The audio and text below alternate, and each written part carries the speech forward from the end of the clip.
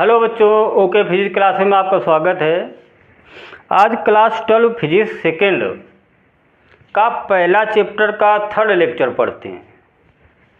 इसमें क्या पढ़ना है कि गोली दर्पणों द्वारा प्रतिबिंब बनाने के नियम पढ़ने हैं कि नियम क्या है। आइए देखते हैं।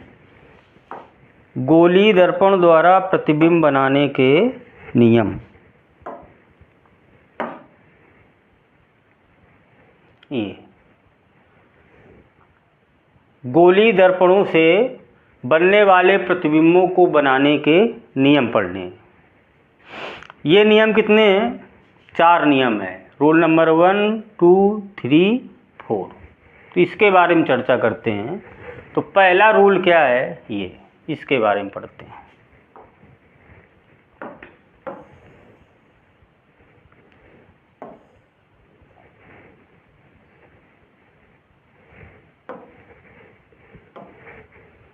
पहला नियम, रूल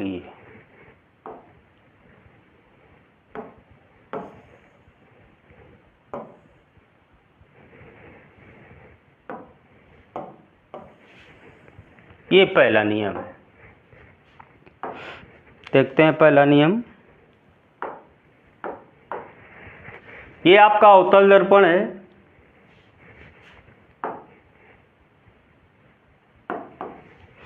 कॉनकेव मिरर मीन्स अवतल दर्पण। अवतल दर्पण।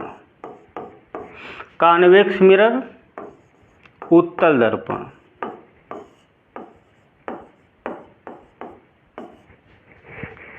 तो पहला नियम क्या कहता है?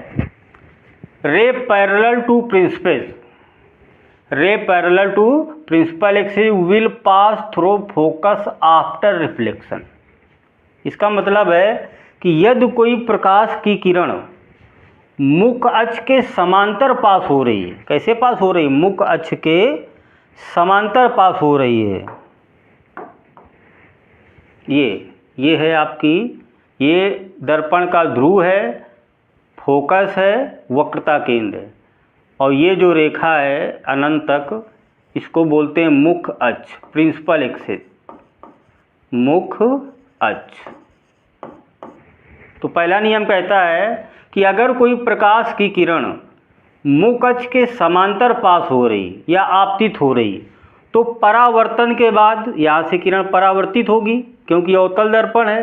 अवतल दर्पण में यहाँ क्या होती है? पालिश होती है, और अंदर का तल, ये वाला तल क्या होता है? परावर्तक तल होता है। परावर्तक तल। तो ये जब मुख्य अक्ष के समांतर किरण पास हो रही है, तो परावर्तन के बाद कहाँ से होकर जाएगी?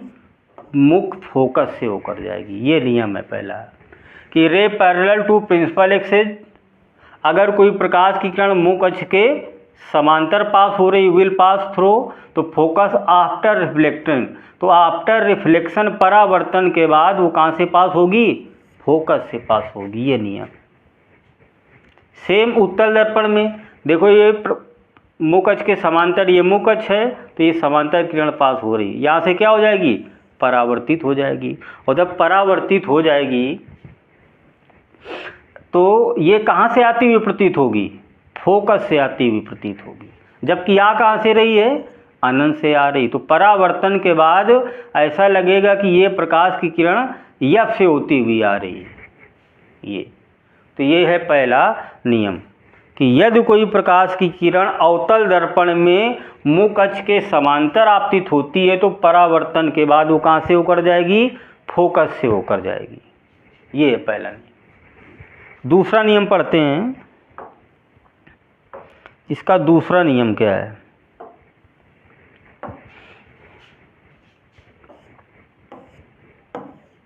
ये है दूसरा नियम।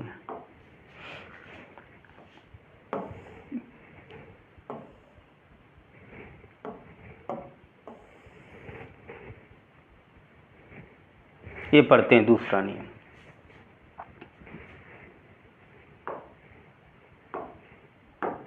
दूसरा नियम क्या है?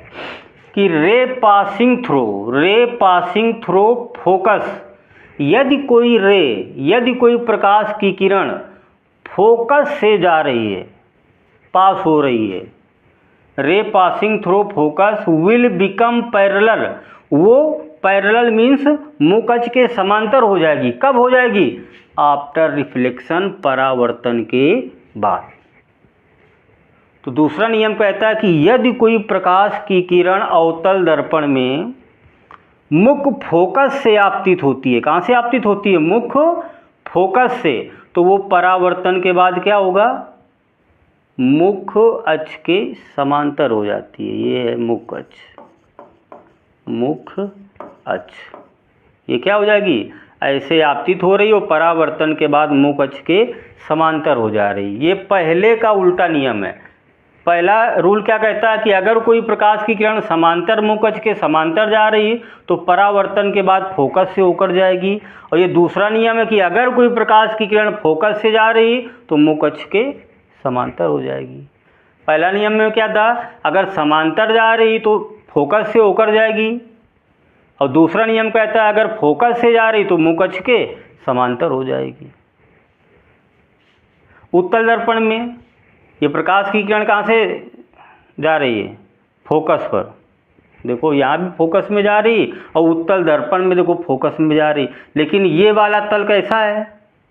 परावर्तक तल है। कैसा है तल? परावर्तक, क्योंकि इसमें पॉलिश की गई है अंदर, तो बाहर का तल कैसा होगा? ये वाला परावर्तक होगा। तो फोकस में जा रही थी, लेकिन क्या हो गई? परावर्तक। तो परावर्तन के बाद क्या हो गई? ये देखो मुख्य अक्ष के समांतर हो गई। तो दोनों नियम सेम है। देखो अवतल दर्पण में फोकस से जा रही तो मुख्य अक्ष के समांतर हो जा रही। उत्तल दर्पण में फोकस में जा रही थी, लेकिन तल परावर्तक है तो मुख्य अक्ष के समांतर हो गया। तो ये दूसरा नियम है कि यदि कोई प्रकाश की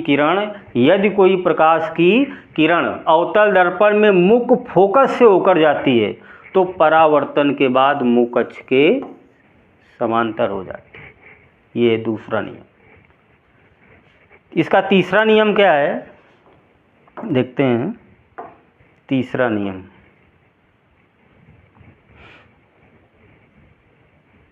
ये तीसरा नियम,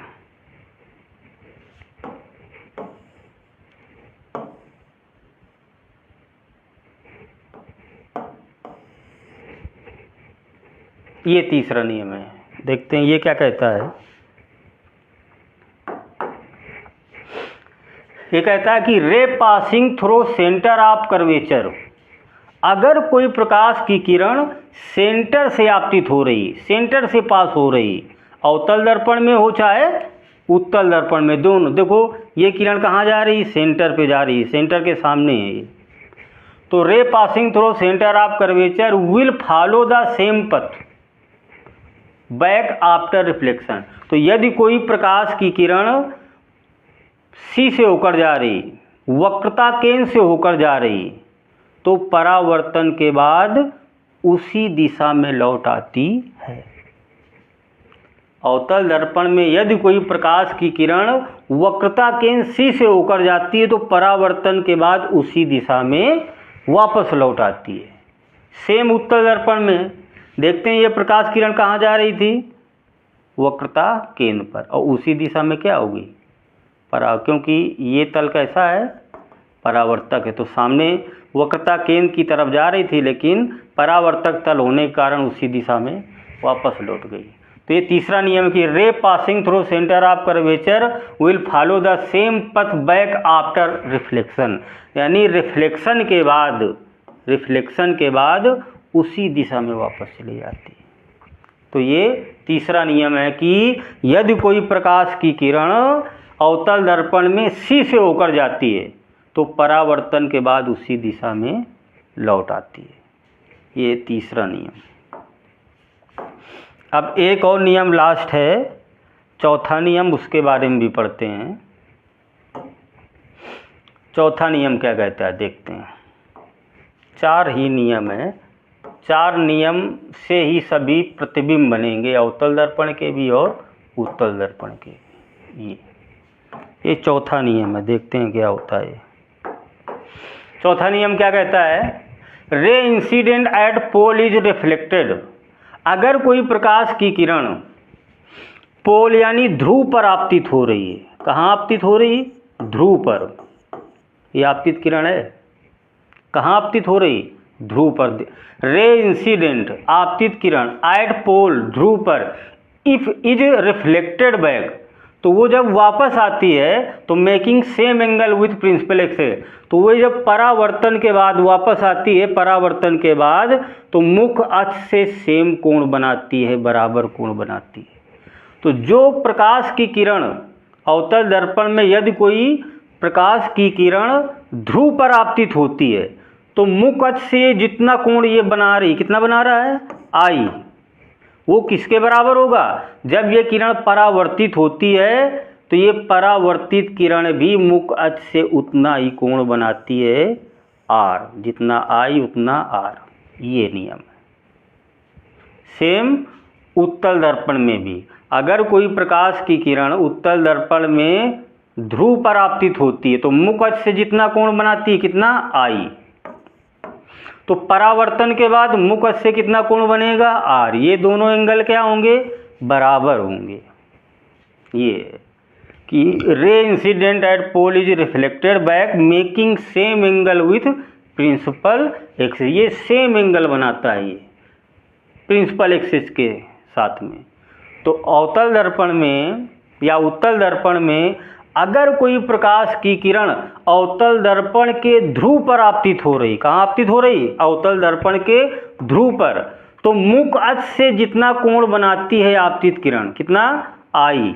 ये आपतित हो रही तो आपतन कोण मुख्य अक्ष से जितना बनाएगा उतना ही परावर्तन के बाद जो किरण होगी मुख्य अक्ष से जितना कोण बनाएगी वो क्या होगा? दोनों बराबर होंगे। यानी आपतन कोण और परावर्तन कोण क्या होते हैं? हमेशा बराबर। ये है चौथा नियम।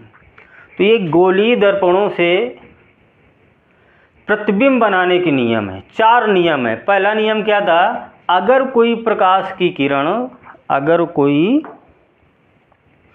प्रकाश की किरण, मान लेते हैं ये कौन सा दर्पण है? अवतल दर्पण है।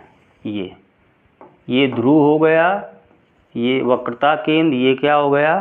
फोकस। तो पहला नियम क्या था? अगर कोई प्रकाश किरण मुख्य अक्ष के समांतर जा रही तो कहाँ से होकर जाएगी? परावर्तन के बाद एफ से होकर जाएगी।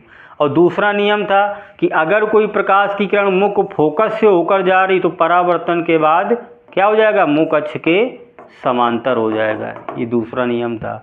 तीसरा नियम था कि यदि कोई प्रकाश की किरण वक्रता केंद्र से आपतित हो रही तो परावर्तन के बाद वो उसी दिशा में लौट जाती है। और चौथा नियम क्या है? अगर कोई प्रकाश की किरण अवतल दर्पण के ध्रुव पर आपतित होती है तो वो किरण मुख्य अक्ष से जितना कोण बनाती है और परावर्तन के बाद जो किरण होती है वो मुख्य अक्ष के साथ जितना कोण बनाती है वो दोनों कोण क्या होते हैं? बराबर होते हैं। ये धन्यवाद। अगर वीडियो अच्छा लगा तो चैनल को सब्सक्राइब कीजिए। धन्यवाद।